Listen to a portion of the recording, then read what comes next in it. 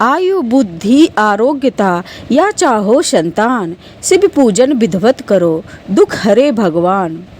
नमस्कार दोस्तों, आप सबों का मेरे चैनल जय श्री राम पर स्वागत है। प्रदोष व्रत हिंदू तिथि के अनुसार 13वें दिन यानी त्रयोदशी को होता है।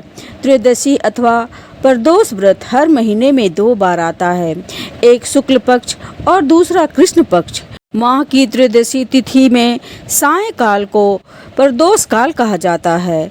इस व्रत में भगवान महादेव की पूजा की जाती है। मान्यता है कि प्रदोष के समय महादेव कैलाश पर्वत के रजत भवन में इस समय नृत्य करते हैं और देवता उनके गुणों का स्तवन करते हैं। प्रदोष व्रत करने से हर प्रकार का दोष मिट जाता है और शिव धाम की प्राप्ति होती है।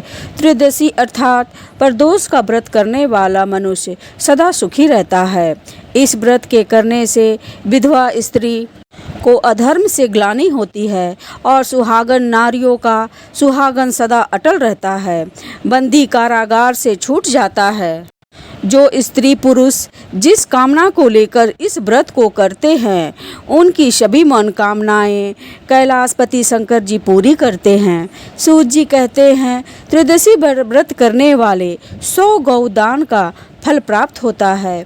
इस व्रत को जो विधि विधान और तन मन धन से करता है, उसके सभी दुख दूर हो जाते हैं। सप्ताह के 7 दिन के प्रदोष का अपना विशेष महत्व है। रवि प्रदोष आयु बुद्धि व स्वास्थ्य लाभ हेतु रविवार को प्रदोष व्रत करें। रवि प्रदोष को भानु प्रदोष भी कहा जाता है। सोम प्रदोष अभिष्ट सिद्धि हेतु अर्थात इच्छित फल प्राप्ति हेतु सोमवार को प्रदोष व्रत करें।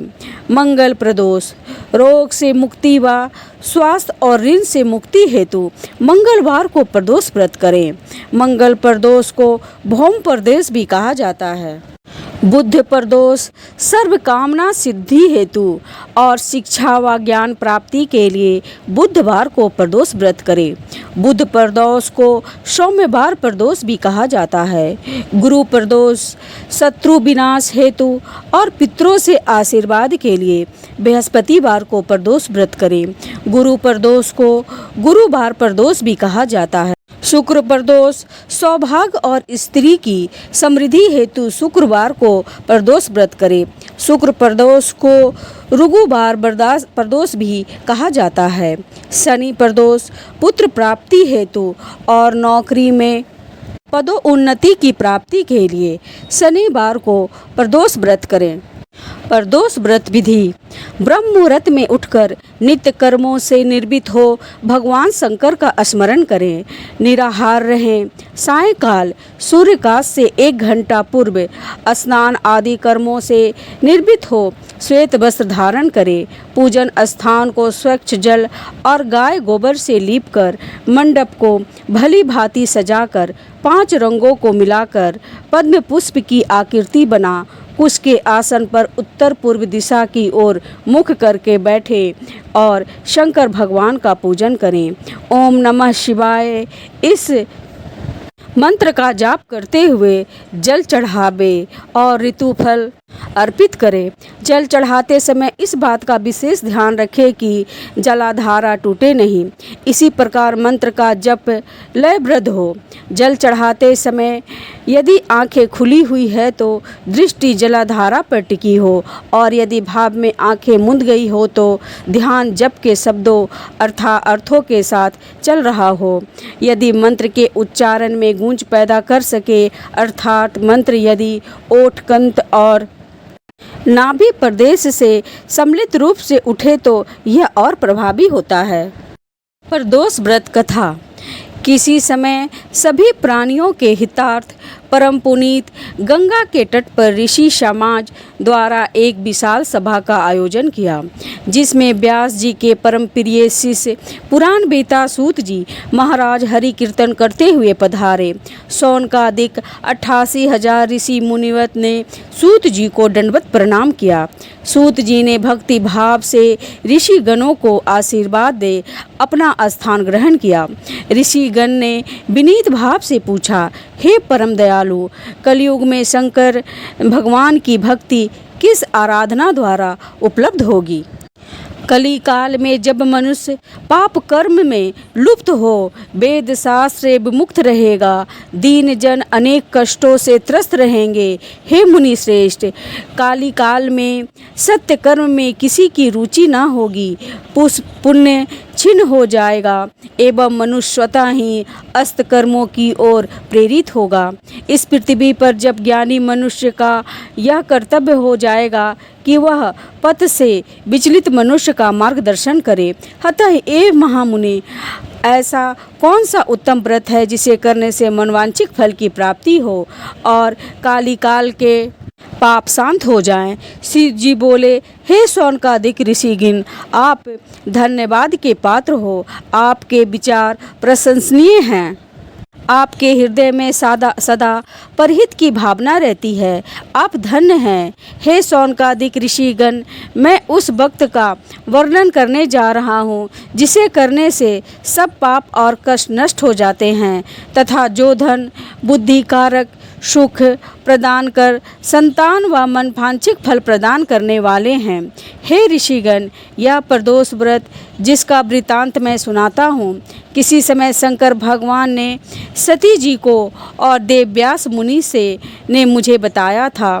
प्रदोष व्रत में प्रातः स्नान कर निराहार रहकर शिव जी का मनन करे, मंदिर जाकर शिव आराधना करे, माथे पर त्रिशूल धारण कर बेल धूप दीप अक्षत व ऋतु फूल अर्पित करे, रुद्राक्ष की माला से सामर्थ्य अनुसार ओम नमः शिवाय का जाप करे, ब्राह्मण को भोजन कराएं और दान दक्षिणा दे, पश्चात पूर्व मौन व्रत धारण करे, संभव हो तो यज्ञ हवन करवाएं। ओम ह्रीं क्लीं नमो शिवाय स्वाहा मंत्र से यज्ञ स्तुति दे, इससे अभिष्ट फल की प्राप्ति होती है। प्रदोष व्रत में व्रती एक बार ही भोजन करे और पृथ्वी पर शयन करे, इससे सर्व कार्य सिद्ध होता है। श्रावण माह में इस व्रत का विशेष महत्व है। सभी मनोरथ इस व्रत को करने से पूर्ण होता है। शिव जी आगे बोले, सप्ताह के 7 दिन के प्रदोष व्रत का अपना विशेष महत्व है। जो व्रत करना हो उस बार को पढ़ने वाली त्रयोदशी का चयन करे तथा उसी बार के अनुसार कथा पढ़े सुने। बार के अनुसार व्रत किया जाए, इसके अनुसार ही उसका फल प्राप्त होता है। शौनकादिक ऋषि बोले, हे दयालु, कृपया आप शनि त्रयोदशी व्रत के बारे में बताएं। सूत जी बोले, प्राचीन समय की बात है। एक नगर में सेठ धन दौलत और वैभव से संपन्न था। वह अत्यंत दयालु था। उसके यहाँ से कभी कोई भी खाली हाथ नहीं लौटता था। वह सभी को जी भर करके दान दक्षिणा देता था। लेकिन दूसरे को सुखी देखने वाला सेठ और उसकी पत्नी स्वयं काफ़ी दुखी थे। दुख का कारण था उनके संतान का ना होना। संतानहीन के कारण दोनों घुले जा रहे थे। एक दिन उन्होंने तीर्थ यात्रा पर जाने का निश्चय किया और अपने कामकाज सेवकों को सौंप कर चल पड़े। अभी वह नगर से बाहर ही निकले थे कि उन्हें एक विशाल वृक्ष के नीचे समाधि लगाए एक तेजस्वी साधु दिखाई पड़े। दोनों ने सोचा कि साधु महाराज से आशीर्वाद लेकर आगे की यात्रा शुभ की जाए। पति पत्नी दोनों समाधि लीन साधु के सामने हाथ जोड़कर बैठ गए और उनकी समाधि टूटने की प्रतीक्षा करने लगे। सुबह से शाम और फिर रात हो गई, लेकिन साधु की समाधि नहीं टूटी। मगर सेठ पति पत्नी धैर्य पूर्वक हाथ जोड़कर पूर्ववत बैठे रहे। अंततः अगले दिन प्रातः काल साधु समाधि से उठे। सेठ पति पत्नी को देख वह मंद मंद मुस्काए और आशीर्वाद स्वरूप हाथ उठाकर बोले, मैं तुम्हारे अंतर्मुख की कथा भाप गया हूँ। बस मैं तुम्हें धैर्य और भक्ति भाव से अत्यंत प्रसन्न हूँ। साधु ने संतान प्राप्ति के लिए उन्हें शनि प्रदोष व्रत करने की विधि समझाई और शंकर भगवान की निम्न वंदना बतलाई। हे रुद्र शिव नमस्कार, शिव शंकर जग गुरु नमस्कार, हे नीलकंठ सूर नमस्कार, शशि मौली चंद्र सुख नमस्कार, हे उमाकांत शुद्धि नमस्कार, उग्रत्व रूप मन नमस्कार, ईशान ईशा प्रभु नमस्कार, विश्वेश्वरा प्रभु शिव नमस्कार। तीर्थ यात्रा के बाद दोनों वापस घर लौटे और नियम पूर्वक शनि प्रदोष व्रत करने लगे। कालांतर में सेठ की पत्नी ने एक सुंदर पुत्र को जन्म दिया। शनि प्रदोष व्रत के प्रभाव से उनकी यहाँ छाया अंधकार लुप्त हो गया। दोनों आनंद पूर्वक रहने लगे। बोलिए शिव शंकर की जय। हर हर महादेव, हर हर महादेव।